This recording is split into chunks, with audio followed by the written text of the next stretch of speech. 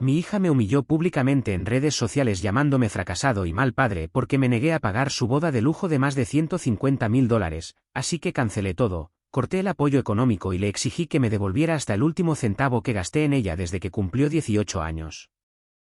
Soy un hombre de 46 años, y sinceramente nunca pensé que llegaría a contar algo así públicamente, pero ya no sé si estoy loco, si fallé como padre, o si simplemente estoy despertando de una pesadilla que yo mismo ayudé a construir. Tengo una hija de 24 años. La tuve joven, a los 22, con mi ex esposa, que en paz descanse. Perdí a mi esposa en un accidente de tráfico cuando mi hija apenas tenía 4 años. Desde entonces, mi vida giró completamente en torno a criarla. Vivíamos en el estado de Washington, y aunque mi familia estaba repartida entre Oregón y California, me quedé allí porque era donde ella tenía sus raíces, su jardín de infancia, sus recuerdos. Decidí no mover nada que pudiera desestabilizarla más de lo que ya estaba. Trabajaba como técnico en una empresa de sistemas de seguridad, y con el tiempo me abrí camino hasta montar mi propio negocio. Me iba bien, nada de lujos, pero podía pagar la hipoteca, ahorrar un poco, y más importante aún, darle a mi hija todo lo que pedía. Y eso fue el inicio de lo que hoy es mi mayor error como padre. Ella nunca escuchó un no real de mi parte. Quería clases de danza, inscrita. Se le antojaba una MacBook nueva, la tenía en una semana. Fiesta de cumpleaños con DJ, decoradora y candy bar cuando cumplió 15. También. Nunca tuve el valor de frenarla porque siempre pensaba, ella ya perdió a su madre, ¿por qué quitarle más? Y así fue como empecé a confundir amor con compensación. Durante toda su adolescencia, hubo señales que ahora veo con claridad, pero en ese entonces elegí ignorar. Era mandona, egoísta, no tenía empatía con sus amigas, hablaba mal de los demás cuando no conseguía lo que quería. Cuando me llamaban del colegio por actitudes problemáticas, yo siempre defendía que era una adolescente con carácter fuerte. Nunca creí que fuera mi deber intervenir más allá de un par de regaños superficiales. Mi hermana, que vive en Portland y me ayudó muchísimo cuando mi esposa falleció, me lo decía en su momento, la estás criando como si fuera una clienta, no tu hija. Yo me enojaba, la mandaba al diablo y seguía justificando mis acciones con el mismo discurso, está feliz, eso es lo que importa. Pasaron los años. Mi hija se graduó de la universidad, una privada, por supuesto, pagada íntegramente por mí, y empezó a trabajar en marketing digital para una startup en Seattle. No ganaba mal, pero tampoco lo suficiente como para sostener el estilo de vida que ella creía merecer. Aún así, seguía usando mi tarjeta de crédito para emergencias, que en realidad eran brunches, zapatos y conciertos. No me importaba. Estaba acostumbrado a mantenerla. Pero hace un par de meses todo cambió. Me llamó una tarde de viernes mientras yo volvía de una instalación. Iba por la primera 5, cansado, sudado, y sin ánimos de hablar demasiado. Pero contesté. Papá, necesito que hablemos en serio. Jerry y yo hemos decidido casarnos. Queremos hacer la boda en Napa Valley, en septiembre. Tengo ideas increíbles, va a ser algo inolvidable. Mi reacción fue simple, felicidades. No me lo esperaba tan pronto, apenas llevaban un año juntos, pero si ella estaba feliz, pues ¿qué se le va a hacer?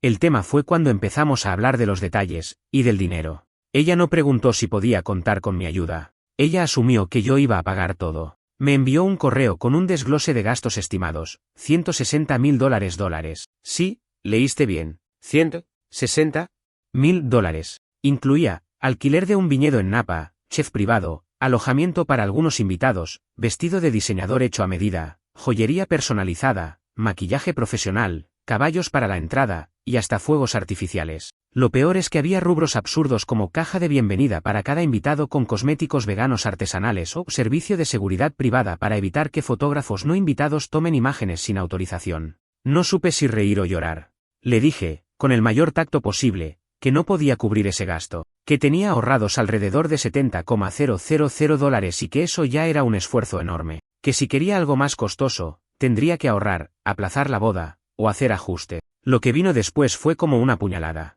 Me llamó tacaño, mentiroso, egoísta. Me dijo que había prometido que siempre estaría ahí para ella y que ahora me echaba para atrás cuando más me necesitaba. Que si yo gastaba dinero en expandir mi negocio, ¿cómo no iba a tener para el día más importante de su vida? Colgó. No supe qué decir. Esa noche me quedé despierto mirando el techo de mi habitación, preguntándome en qué momento mi hija se convirtió en esa persona.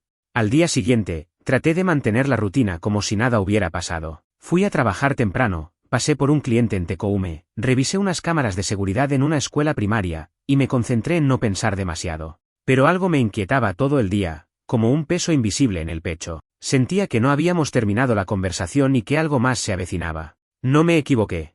Al llegar a casa, noté varias llamadas perdidas de mi hermana. La llamé de vuelta, pensando que era algo serio. Apenas contestó, me dijo, ¿tú ya viste lo que tu hija publicó en Instagram? No tenía ni idea. Nunca fui muy fanático de las redes sociales, pero entré a su cuenta con esa mezcla de temor y morbo que te atrapa cuando sabes que vas a ver algo feo. Ahí estaba, en una historia de vídeo con fondo de flores y música triste, hablando como si fuera una víctima de película. Básicamente dijo que su único padre, porque su madre, como todos sabían, había fallecido cuando ella era niña, se había negado a ayudarla con la boda, que a pesar de haberle entregado su vida entera, él no podía sacrificar un poco de dinero por ella. Y cerró con una frase que todavía me retumba en la cabeza: ahora entiendo por qué mi mamá siempre decía que papá era un hombre frío e incapaz de amar. Esa frase me partió. Porque era mentira. Porque su madre jamás dijo eso. Porque si algo hice durante los últimos 20 años fue amar a esa niña con todo lo que tenía. Porque me dejé la piel trabajando para que nunca le faltara nada. Porque renuncié a mi propia vida, a volver a casarme, a todo, solo para que ella creciera feliz. Ver cómo manipulaba la situación para victimizarse y encima arrastrarme por el lodo frente a todos sus seguidores, fue algo que no sé cómo describir. Era como ver a un extraño usando mi apellido, hablando de mí como si yo fuera un maldito monstruo. Lo más surrealista fue que varios de sus amigos le comentaban cosas como «no te mereces ese tipo de padre» o «qué triste que tengas que pasar por esto tú sola». Gente que había estado en mi casa, comido mi comida, recibido regalos míos en Navidad. Apagué el teléfono y lo lancé al sofá. No sabía si llorar o gritar. Al rato, me llamó mi hermana de nuevo. Le conté que había visto el vídeo. Me dijo que ya había hablado con mi hija y que le exigió que bajara esa publicación. Según ella, mi hija estaba enojada y dolida, pero que no pensaba que fuera para tanto. Así, como si todo esto fuera una pataleta menor. Estuve en silencio varios minutos y luego le dije algo que nunca creí que saldría de mi boca: estoy empezando a creer que cría una persona horrible. Mi hermana no me contradijo. Solo suspiró. Durante los días siguientes, no volví a saber de mi hija. Ni una llamada, ni un mensaje, nada. Yo tampoco intenté contactarla.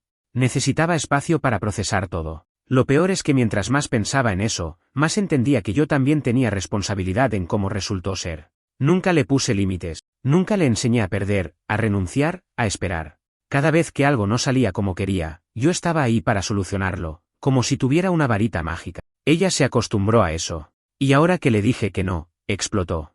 Porque para ella, que le digan que no es violencia, es traición. Pasaron unos 5 días. Durante ese tiempo, empecé a considerar hacer algo que no creí posible: tomar distancia definitiva, cancelar todo, no pagarle ni un centavo. Incluso pensé en pedirle que me devolviera lo que había invertido en ella desde que era adulta, no porque necesitara el dinero, sino porque necesitaba hacerle entender algo que con palabras no iba a captar. Entonces una noche, mientras terminaba de cenar solo, como siempre últimamente, tomé la decisión. Cancelé el préstamo personal que ya había empezado a tramitar en el banco para ayudarla con la boda. Lo había solicitado por impulso, movido por la culpa, pensando que ceder otra vez era más fácil que enfrentar la realidad. Pero ya no. Llamé a mi asesor, le dije que cancelara todo, que no iba a seguir con ese plan. A la mañana siguiente, mientras revisaba unos presupuestos, me entró un correo. Era de ella, no un mensaje. Un puto correo electrónico. Me dijo que esperaba que al menos tuviera la decencia de reconsiderar, que estaba contando con ese dinero, que ya había hecho depósitos no reembolsables, que todos sus amigos estaban esperando una boda de película y que no podía aparecer ahora con una ceremonia común en un salón de eventos. ¿Sabes lo que más me jodió de ese correo? Que ni una vez me preguntó cómo me sentía. Solo hablaba de lo que ella iba a perder, de cómo ella iba a quedar frente a los demás. Nada de lo que yo había vivido, nada del desgaste, del dolor, del sacrificio. Después de leer ese correo, me quedé viendo la pantalla un buen rato. No porque no supiera qué responder, sino porque me di cuenta de que ya no tenía ganas de hacerlo. Esa fue la primera vez que lo sentí, el agotamiento emocional absoluto, como si todo lo que yo era como padre se hubiera evaporado. Me sentía vacío. No enojado, no triste, no dolido. Vacío. Y eso es 1000 veces peor. No respondí. Cerré el correo, apagué la laptop y salí a caminar por el vecindario. Vivo en las afueras de Seattle, en un barrio tranquilo donde todo se siente como una burbuja. Casas bonitas, gente que saluda, perros paseando con sus dueños, niños jugando en jardines cuidados. Todo se ve bien desde afuera. Nadie imagina que dentro de una de esas casas, un hombre estaba pensando seriamente en cortar la relación con su única hija. ¿Qué clase de padre hace eso? ¿Qué tipo de hombre se aleja de la persona que juró proteger? Pero, ¿qué pasa cuando esa persona te aplasta emocionalmente sin pensar ni un segundo en lo que tú sentís? Esa caminata me sirvió para ordenar mis pensamientos. No, No quería castigarla con dinero. No se trataba de venganza. Se trataba de poner límites por primera vez en mi vida. Límites que no puse cuando era niña, ni cuando fue adolescente, ni cuando empezó a usarme como su cajero personal siendo adulta. Ahora me tocaba hacer lo que nunca hice, decir basta.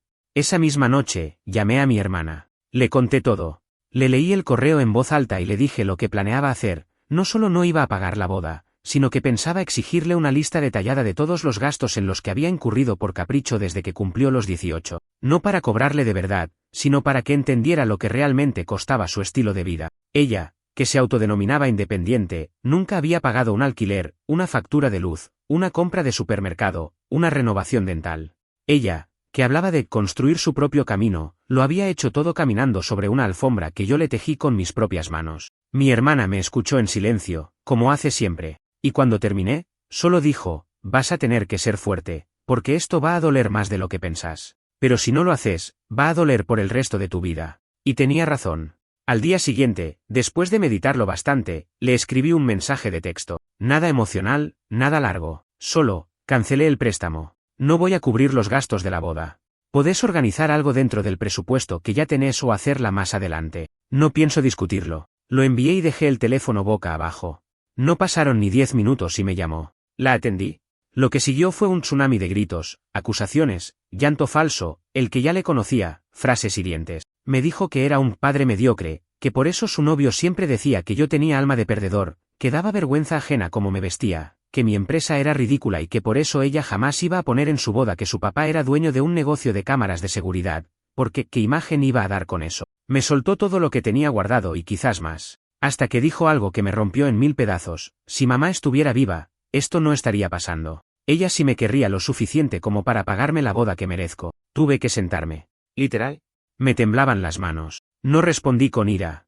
No grité. Solo respiré hondo y le dije algo que me salió del alma. Tu mamá murió en un accidente cuando tú apenas eras una niña. No tenés idea de lo que ella haría. Pero si estuviera viva y escuchara cómo me hablas, se avergonzaría profundamente de la hija que criamos. No pienso seguir hablando con vos hasta que aprendas a valorar a las personas por lo que son, no por lo que te pueden dar. Colgué. Me temblaban las piernas. Me encerré en mi cuarto, apagué las luces y me acosté sin cenar.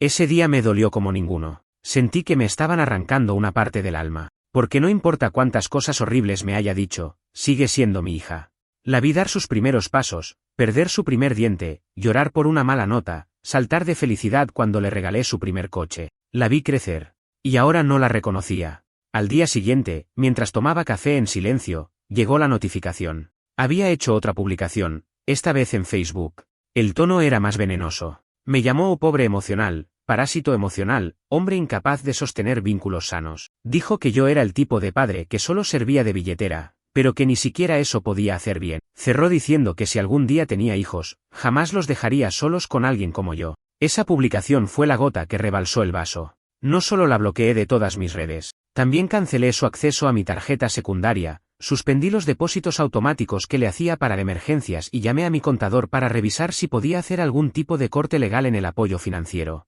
Le pedí a mi hermana que, si ella quería seguir hablando con mi hija, no me lo contara. Que necesitaba distancia real. Después de todo lo que pasó, me encontré en un estado de shock silencioso durante varios días. No hablé con nadie. Fui a trabajar en piloto automático, hice lo necesario con mis clientes y luego me encerraba en casa como si necesitara protegerme del mundo. Y en parte, era así. Me sentía traicionado en un nivel tan profundo que no sabía cómo verbalizarlo. Y lo peor es que no podía explicárselo a nadie sin parecer un idiota que perdió el control de su propia familia. Porque eso era exactamente lo que había pasado. Los días siguientes se sintieron como caminar por un campo minado emocional. Mi hermana me mandaba mensajes preguntando cómo estaba. Yo le respondía con monosílabos. Mis empleados me notaban más callado de lo normal. Pero nadie sabía la historia completa. Porque ¿cómo explicas que tu hija, la persona por la que diste todo, te está escupiendo en la cara frente a todo el mundo y todavía te duele? ¿Cómo haces para que alguien entienda que, a pesar de toda la humillación, parte de vos todavía quiere protegerla? El punto de quiebre emocional llegó cuando una conocida mía, la madre de una amiga de mi hija, que también había sido invitada a la boda, me mandó un mensaje privado. Hola, me enteré de todo lo que pasó por la publicación de tu hija. No sé si es apropiado decir esto, pero si necesitas hablar, acá estoy. Porque la verdad, se pasó. Lo que hizo fue cruel. Ese mensaje me confirmó que la historia se había regado. y que la imagen que ella estaba pintando de mí ya no se quedaba entre su círculo de amigos, sino que estaba empezando a manchar mi nombre entre conocidos, vecinos, contactos de trabajo. Esa es la parte que más me jodió. No el que dirán, sino que ella sabía lo que estaba haciendo. No fue impulsivo, fue premeditado. Sabía que con sus palabras podía lastimarme y eligió hacerlo públicamente. Así que empecé a hacer lo que me juré que nunca haría, recopilar todo lo que había gastado en ella desde que cumplió los 18, no para reclamarlo en serio, sino para armar el espejo. Uno que la obligara a ver quién era realmente. Revisé extractos bancarios, busqué recibos, consulté a mi contador. En solo 6 años, sin contar lo que costó su universidad, había gastado más de $110.000 en cosas que ella pidió, no cosas esenciales. Alquiler de su departamento en Seattle cuando no quiso vivir en la residencia estudiantil. Muebles nuevos, 2 celulares de alta gama, viajes a Nueva York, Miami, México, tarjetas de regalo para ocasiones especiales, tratamientos de belleza. Una sesión de fotos profesional con drones para su cumpleaños 21. Y lo peor es que yo sabía de la mitad y la otra mitad la había encubierto diciendo que era urgente. Le mandé un correo. Sí, así como ella lo hizo. Pero el mío era diferente, sin insultos, sin tono pasivo-agresivo. Solo un archivo PDF con el asunto, lista de gastos cubiertos desde tu mayoría de edad. El cuerpo del correo decía lo siguiente: tómate el tiempo para revisar esto. Este es el costo real de lo que yo aporté a tu independencia desde los 18 años hasta ahora. No lo comparto porque quiera que me pagues. Lo comparto porque parece que tenés una visión distorsionada de lo que significa apoyo. No soy un banco, soy tu padre. Y si no podés ver el sacrificio detrás de cada número que figura ahí, entonces no tengo más que ofrecerte. No contestó. Durante 5 días, silencio total. Yo tampoco la busqué. Estaba cansado de ser siempre el que trataba de mantener la relación viva. Pero el día 6, apareció. Me llamó desde un número desconocido. Atendí, pensando que era algún cliente. Pero era ella. Su voz sonaba rara. No lloraba, pero se la notaba contenida. Me dijo algo así como: leí tu correo. No sabía qué era tanto. No sabía nada, en realidad. No respondí. Solo esperé. Ella siguió: no estoy lista para hablar de todo, pero quería decirte que lo siento. No debí decir lo que dije, ni publicarlo. Fue una mierda lo que hice. Le pregunté si lo decía porque alguien la había confrontado, o porque de verdad lo sentía. Me dijo que ambas. Que una amiga suya, la única que tuvo los ovarios de decirle la verdad, le mandó el PDF que yo había compartido y le dijo: tu papá te mantuvo como a una princesa, y ahora lo estás tratando como a un enemigo. ¿No te da vergüenza? Fue ese comentario lo que, según ella, la hizo mirar todo desde otro ángulo. Me quedé en silencio. Yo no sabía si eso era un verdadero cambio o solo un intento de reparar algo porque ya había sentido las consecuencias sociales. Pero no quise analizarlo demasiado. Le dije que si estaba arrepentida de verdad, que hiciera algo más que decirlo, que me demostrara, con acciones, que quería recomponer las cosas. Me respondió que necesitaba tiempo, que estaba confundida, que el estrés de la boda, la presión social, su relación con Jerry, que aparentemente tampoco estaba en su mejor momento, todo se había acumulado. Que no era una excusa, pero que sí era parte de por qué había reaccionado así. Colgamos con un silencio incómodo, pero sin pelear. Fue la primera vez que no nos gritábamos. Y justo cuando empecé a pensar que tal vez había esperanza, pasó algo que me dejó helado. Recibí una notificación bancaria. Un depósito de $25.000 a mi cuenta. A nombre de ella, sin ninguna nota, sin explicación. Me quedé mirando ese depósito en la pantalla del celular como si fuera una bomba a punto de explotar. $25.000. Así, de la nada. Casi lo tomé como un insulto, como si creyera que podía comprar mi silencio, borrar todo lo que dijo, todo lo que hizo, con una transferencia bancaria. Lo primero que sentí fue enojo, pero rápidamente fue reemplazado por decepción. Porque ese gesto confirmaba lo que tanto había intentado negar, que mi hija no entendía nada, que no había aprendido nada, que todavía creía que todo se resolvía con dinero, incluso los vínculos rotos. No la llamé. No respondí. No quise reaccionar en caliente. Me tomé unas horas. Fui a caminar al lago Washington, el lugar donde solía llevarla cuando era niña para ver los botes pasar. Me senté en una banca y pensé en lo mucho que había cambiado nuestra relación desde aquellos días. Recordé cuando se sentaba en mis hombros y me pedía helado. Cuando me decía que quería ser veterinaria. Cuando corría al auto al salir de la escuela y me abrazaba como si yo fuera su héroe. ¿En qué momento se rompió todo?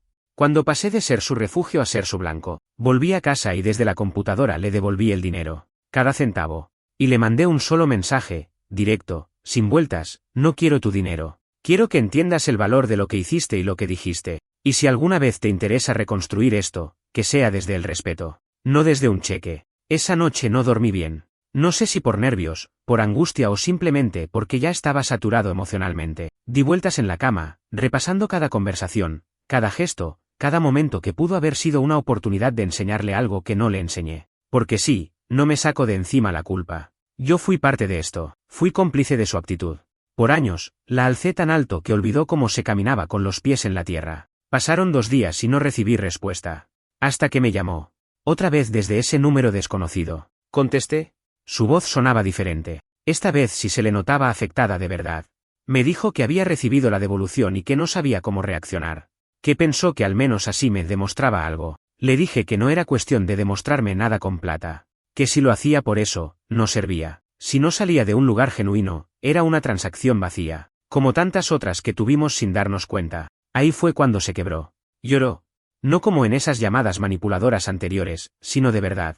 Sin palabras, solo sollozos. Me pidió perdón. Me dijo que estaba hecha un desastre. Que Jerry y ella habían terminado. Que él no quería casarse si no había una gran boda. Que eso lo hacía ver mal frente a su familia. Que ella lo había defendido, pero que al final él también la dejó tirada. Y así, en menos de 2 semanas, su mundo entero se desmoronó. Sin boda, sin pareja, sin su imagen perfecta en redes, y con la única persona que siempre la había sostenido emocional y financieramente ahora mirándola desde lejos. Le dije que lo sentía. Que de verdad lo sentía por lo que estaba pasando, pero que eso no borraba lo que ella había hecho. Que el daño estaba hecho. Ella lo sabía. Me dijo que estaba avergonzada, que había bajado sus redes sociales, que varias personas le habían dicho cosas duras, pero que lo merecía. Me dijo, con una voz tan rota que me dejó helado, ahora entiendo por qué necesitas distancia, porque si yo fuera vos, tampoco me hablaría. Me dejó sin palabras, y en ese momento, sin saber por qué, algo dentro mío se ablandó. No porque creyera que todo estaba resuelto, sino porque por primera vez sentí que hablaba con mi hija real. No con la máscara que se había puesto para agradar al mundo, no con la princesa mimada, sino con la persona que estaba debajo de todo eso. Una persona que tal vez, recién ahora, estaba empezando a despertar. Le dije que necesitaba tiempo, que no podía prometer que todo volvería a ser como antes, porque lo que había pasado no se olvidaba de un día para el otro. Pero que si realmente quería reconstruir algo, tenía que empezar desde cero. Y ese cero no incluía dinero, ni favores, ni expectativas, solo respeto y presencia real. Ella me dijo que lo entendía, que no esperaba que yo le perdonara rápido, que no sabía cómo arreglarlo, pero que no iba a desaparecer, que iba a demostrarme que podía ser otra persona. No me prometió que iba a cambiar todo de golpe, solo me pidió la oportunidad de hacerlo. Colgamos en silencio, sin drama. Y por primera vez en mucho tiempo, no me sentí vacío después de una llamada con ella. La vida me enseñó que el amor no se prueba con cheques, que ser padre no es darlo todo, sino saber cuándo dejar de dar para que el otro aprenda a sostenerse solo. Después de esa última llamada, me di un respiro. No la bloqueé, no la ignoré, pero tampoco la busqué. Le dejé claro que si quería reconstruir algo entre nosotros, tendría que hacerlo desde la verdad, no desde la culpa o desde las apariencias. Y esa verdad iba a doler. No había manera de evitarlo. Lo que habíamos vivido no era una simple pelea de padre e hija, era el derrumbe completo de una dinámica tóxica que yo mismo había permitido por años. Durante ese tiempo, empecé a revisar cosas de mi propia vida que tenía arrumbadas en algún rincón. La ropa que tenía guardada de cuando ella era niña. Las fotos que nunca me animé a sacar del álbum. Cartas, dibujos, hasta un par de grabaciones en casetes viejos de cuando me pedía que le contara cuentos antes de dormir. Ver todo eso me partió al medio. Era como encontrar los restos de un edificio que ya no existía. Lo que más me impactó fue encontrar una vieja nota que me había dejado en mi cumpleaños número 35. Tenía 8 años. Decía, papá, sos mi superhéroe. Gracias por cuidarme tanto. Estuve a punto de romperla. Pero no lo hice, porque, por más que ahora no sea así, esa niña existió. Y durante muchos años, sí me veía de esa forma. El tiempo, las redes, los complejos, las malas amistades y la falta de límites la fueron transformando en otra cosa. Pero esa niña todavía está ahí, enterrada bajo toneladas de ego y expectativa. Y si quedaba alguna mínima chance de rescatarla, tenía que aferrarme a eso. Una semana después, recibí una carta. Sí, una carta de papel. Escrita a mano, sin lujos, sin frases rebuscadas. Me la dejó en el buzón sin previo aviso. No tenía sobre. Era una hoja doblada con su letra, la misma que reconocería incluso dormido. Empecé a leerla de pie, apoyado en la puerta. Papá, no sé por dónde empezar. Lo que hice fue imperdonable. Te insulté, te expuse, te traté como si fueras un extraño. Y eso duele más de lo que pensaba. Me odio por eso. No te escribo esto para que me perdones ya. Ni siquiera sé si me vas a querer volver a ver después de todo. Pero quiero que sepas que estoy intentando entender cómo llegué a ser esa persona. Estoy en un lugar muy oscuro, no por lo que pasó con Jerry, ni por la boda, sino porque recién ahora veo lo que vos hiciste por mí. Me criaste solo, sin ayuda, y yo crecí creyendo que el mundo me debía cosas. Vos me las diste todas, y en vez de agradecerte, te escupí en la cara. Estoy avergonzada. Me da miedo no poder cambiar, pero si todavía te queda un poco de paciencia, me gustaría que me dieras una última oportunidad. No para volver a ser lo que éramos, sino para que algún día te sientas orgulloso de la mujer en la que me convertí. Te quiero, aunque ahora cueste decirlo. Estoy rota, pero no quiero seguir siéndolo. Me senté en el suelo de la entrada con la carta en las manos durante no sé cuánto tiempo. Era la primera vez en años que lloraba sin tratar de disimularlo. No porque ya todo estuviera bien, sino porque después de tanto silencio, tanta rabia y tanto cinismo, por fin había algo real. Le respondí con un mensaje corto. Le dije que había recibido su carta, que me alegraba que fuera sincera, y que no necesitaba que cambiara todo de golpe. Solo quería que dejara de mentirse a sí misma. Poco después, me propuso vernos. Nada grande, solo un café, cara a cara. Dudé. No te voy a mentir. Me costó decir que sí. Tenía miedo de volver a caer en el ciclo de siempre, de ver una lágrima, escuchar una disculpa y salir con la billetera otra vez. Pero algo me decía que esta vez era distinto. No había exigencias, ni frases hechas, solo una propuesta para hablar. Acepté.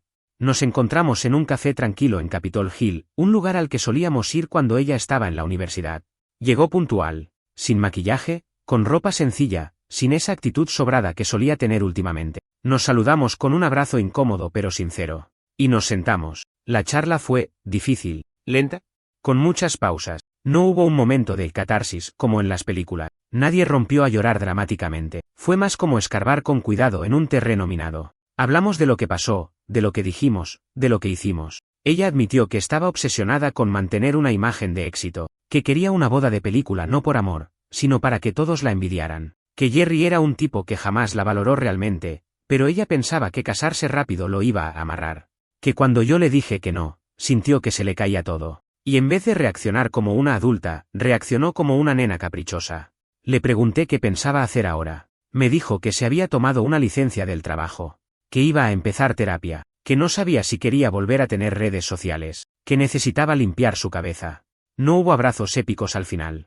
No hubo reconciliación de cuento, solo un apretón de manos torpe y una promesa, que íbamos a seguir hablando, de a poco, sin presiones. Después de ese café, las cosas no cambiaron de golpe. No hubo un antes y un después marcado. Lo nuestro no era una película con música inspiradora de fondo. Era más bien como salir de un edificio después de un incendio y ver qué partes todavía estaban de pie. A veces, reconstruir no significa volver a lo que había antes, sino construir algo completamente distinto sobre las ruinas. Las primeras semanas fueron raras. No nos hablábamos todos los días. Un mensaje corto cada tanto.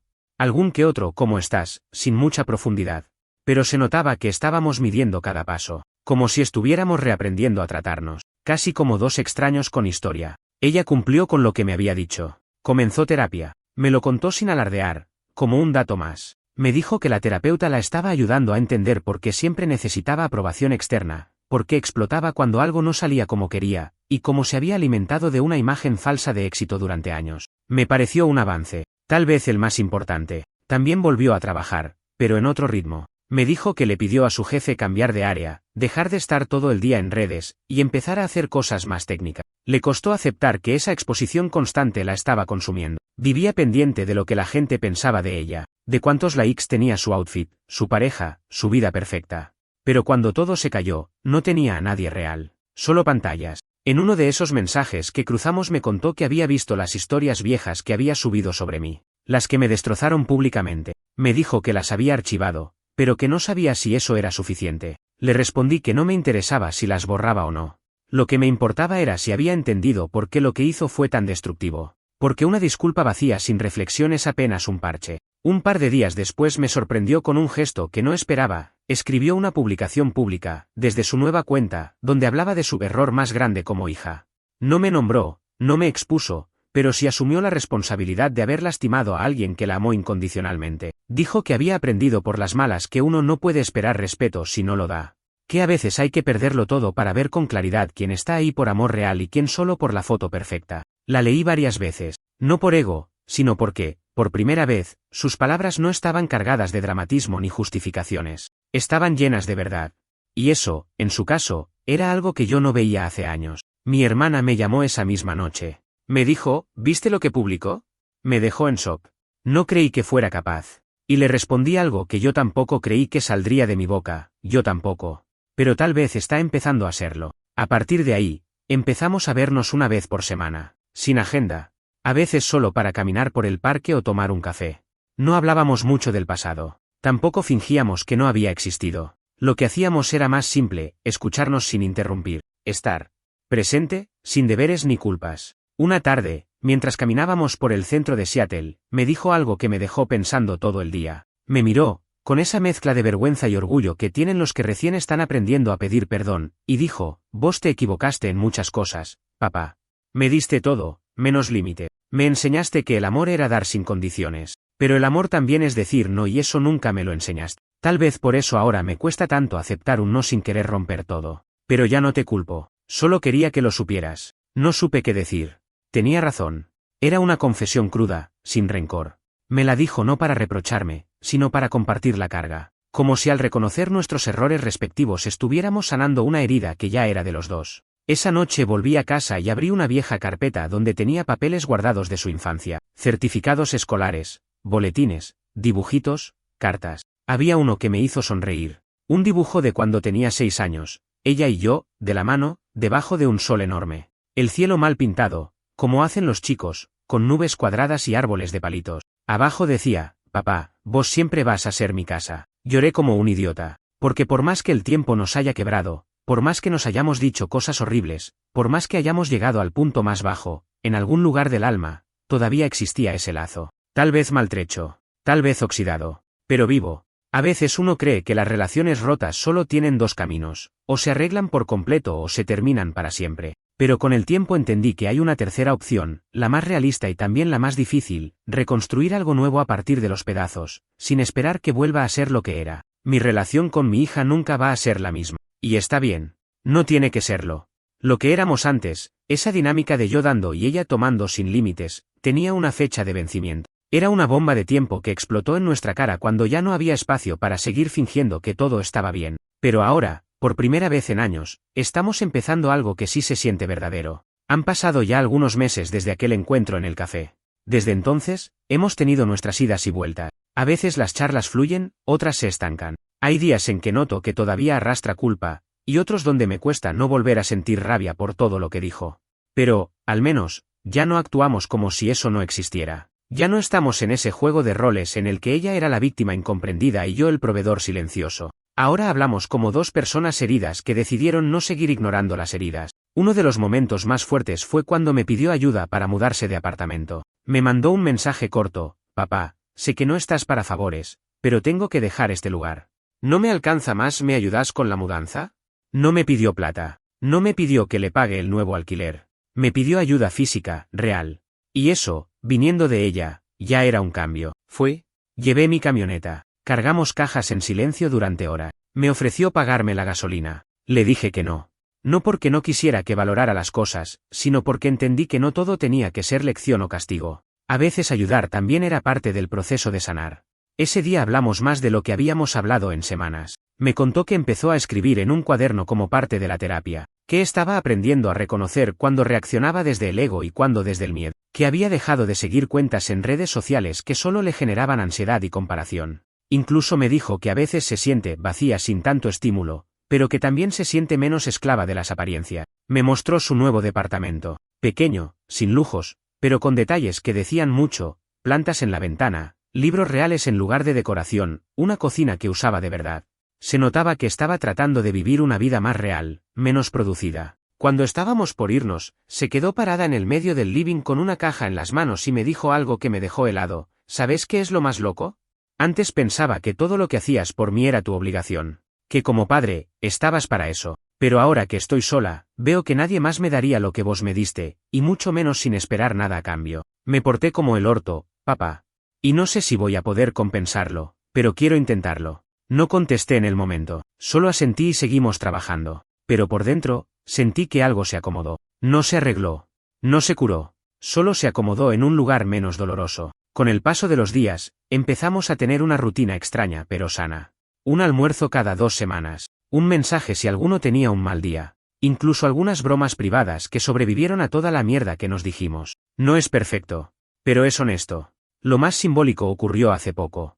Un domingo cualquiera, estábamos en casa de mi hermana, los tres comiendo en el patio. Hablábamos de cualquier cosa, nada profundo. Y en un momento, sin anunciarlo, mi hija se levantó, fue a su bolso y sacó un sobre. Me lo dio sin mirarme a los ojos. Dijo, no es dinero. No es una carta. Solo quiero que lo abras cuando estés solo. Esa noche, ya en mi casa, lo abrí. Era una foto. Una copia enmarcada del dibujo que ella había hecho de chica, ese que decía, papá, vos siempre vas a ser mi casa. Abajo, con su letra actual, había escrito, todavía lo sos. Lo olvidé por un tiempo, pero lo recordé. Gracias por no irte. Me quebré. Pero fue distinto a las veces anteriores. No era dolor. Era alivio. Era como si por fin, después de tanto ruido, tanto orgullo, tanto dolor acumulado, hubiéramos encontrado una forma de volver a hablarnos desde el amor, sin adornos ni máscaras. No sé qué va a pasar de acá en adelante. Tal vez volvamos a pelearnos. Tal vez tengamos retrocesos. Pero lo que sí sé es que ahora tenemos algo que antes no, ¿verdad? Y con eso, por lo menos, se puede empezar. No busco que me perdone todo, ni que me idealice. Solo quiero que entienda que el amor verdadero también pone límite, que el respeto no se exige, se construye. Y que un padre no está solo para pagar bodas, sino también para enseñar a vivir sin ellas.